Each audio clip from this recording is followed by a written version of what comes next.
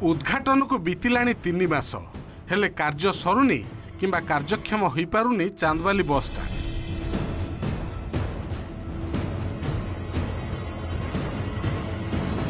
दुई 2015 मसीह बस स्टाण्ड निर्माण कार्य आरंभ होइतिले सुधा आज पर्यंत कार्यक्षम हो पारि नाही। साधारण निर्वाचन को आख्यागर रखी विधायक ब्योमकेश राय गत मार्च 7 तारिख में यह उद्घाटन करथिले।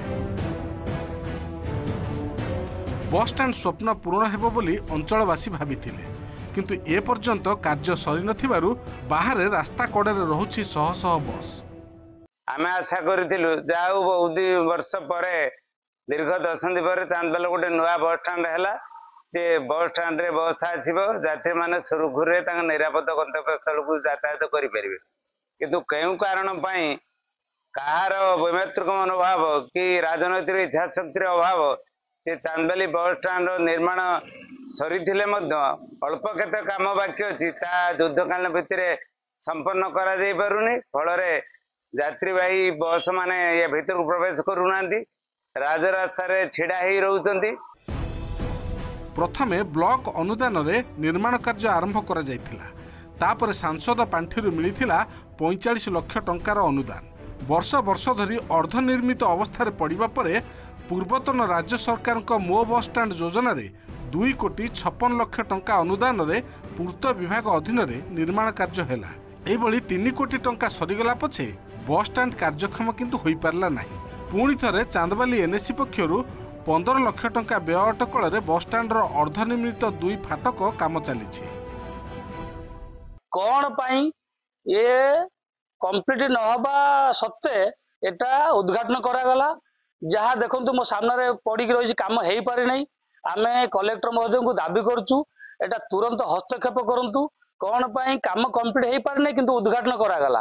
आ जो काम गुड़ा बाकी रही एटा तुरंत काम करा जाऊ। स्थानीय लोकों का प्रश्न काम सरी नथिबा बेले काहेकि तरबरिया भाव में यह उद्घाटन करागला। निर्वाचन को आखिआगर रखी उद्घाटन करिवार कौन उद्देश्य?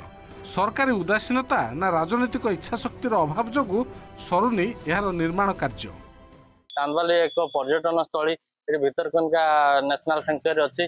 बाहर बहुत आउट ऑफ स्टेट बस आसिक रास्ता छिड़ा होची। चांदवाल सौंदर्य नष्ट करुच्ची। किंतु बस स्टाण्ड जो उद्देश्य होता से उद्देश्य वास्तव कार्य रूपांतरित हो पारुनी।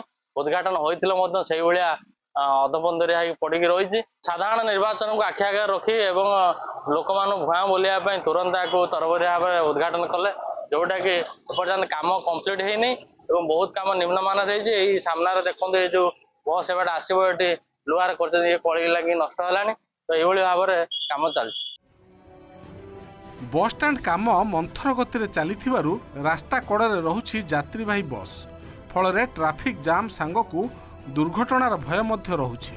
तेबे काहेकि सरू नाही एवं केउथिपई अटकिछि बस स्टाण्ड निर्माण कार्य से संपर्क में पूर्त विभाग जंत्री प्रतिक्रिया रखिछन्ति। आमर प्राय तो काम सरी जाइतिला। माइनर किसी लास्ट फिनिशिंग टाइम रे डेविएशन है जहाँद्वारा कि डेविएशन गुड़ाक जो चेंज चांज है से कंट्राक्टर को पुणी आइटम बाहर जो गला से परिवार द्वारा से लेट हो आमर एग्रीमेंट वैल्यू 2,56 लाख था। सेमती लगे 15 दिन भितर भी फिनिशिंग करके हैंडओवर देदेबू। 3 कोटी अधिक टंका खर्च हेबा परे मध्य चांदवाली बस स्टाण्ड रो काम न सरिबा एवं कार्यक्षम होई न पारिबा परितापर विषय। चांदवाली त्रिलोचन साहू को रिपोर्ट, ओटीवी।